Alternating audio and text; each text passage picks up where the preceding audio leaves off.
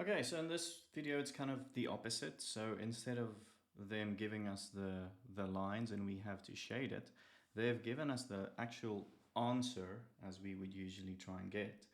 And now we have to find the inequality. So they say the region marked R is defined by the three inequalities. So it means this region holds true for the inequalities, as which we're kind of used to.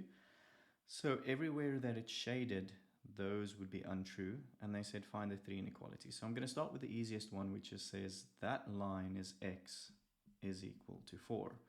And if I look at that line, if I look at this part, I'm not really sure which side is shaded. It looks like it's shaded on both sides. But this line shading, if I were to put it there, I can see where is it shaded? It's shaded on this side. Okay, so it has to be shaded on this side. So I just kind of have to figure out what is everything here. So I have two options. Because it's a dashed line, I have two options. It can be x bigger than 4 or x smaller than 4. So I just have to figure out. So what would be this side? If x is getting bigger and bigger and bigger this side. So it's 5, 6, 7, 8. So I would go with x is bigger than 4. So that's the first one there, which I would put in as x is greater than 4, because everything smaller than 4 is shaded. Okay.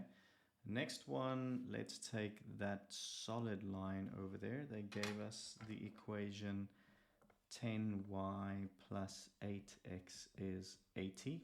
They might have done this to kind of confuse you a little bit. We don't need to, well, we can write it in standard form. So let's do 10y is equal to negative 8x plus 80. This kind of makes sense for me because it's a negative gradient. So it's definitely that line going that way. And plus 80, it's a bit odd because there is an 8. So well, it's not really odd. If we don't divide by 10, we should be fine. So we don't necessarily have to divide by 10 to get the inequality, but let's just write it in the simplest form because that is always good manners, I guess, in math. So I don't want 10y, I want y. So this is going to be divided by 10. And then this is going to be negative 8 over 10x. And I know 8t divided by 10 is going to be 8.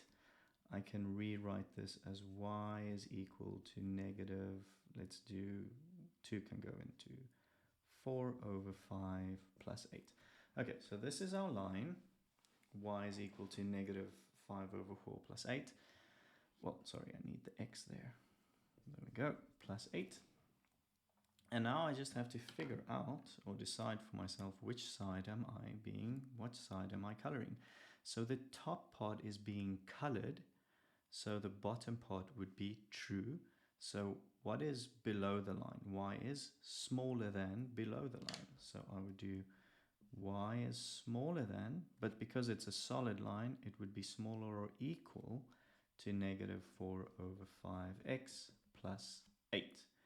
Okay, so just to quickly say it again, I can see everything below this line is, well, not say everything below this line, but if I'm looking at where the color part is and not color part in this little region over there, then I see everything above is unwanted, and above would have been bigger than. So y is smaller than down here.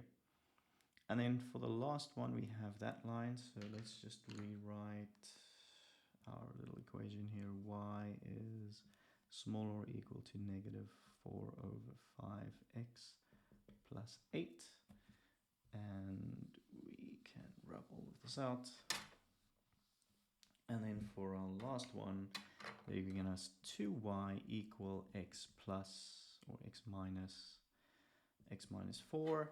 And to rewrite this, I can just divide by 2 again. So I'd have a half x, or x over 2 minus 2. So this is my line, which makes sense because minus 2 is minus 2 there. And it's a positive gradient, and it's going up by, yeah, that looks good. The thing is, this is a dashed line, so I'm going to either have to have a bigger or smaller than value. And if I look at where this line and its correlation with the region, what's going on here, everywhere below the line, it's being colored. So the below the line would be unwanted. So what would be wanted? Above the line. And above the line would be bigger than. So then we would have y is bigger than 1 over 2x minus 2, because everywhere above this line, this holds true. So there you have it. There are our three inequalities. And if they were to give us this, we would draw it to that. But now they gave us this, and we just gave them the inequalities back. We can just double check. We have only one solid line, so we would have one line there that is greater or equal to, smaller or equal to, and the others are dashed lines, which would not have those, let's say, those values included. Awesome.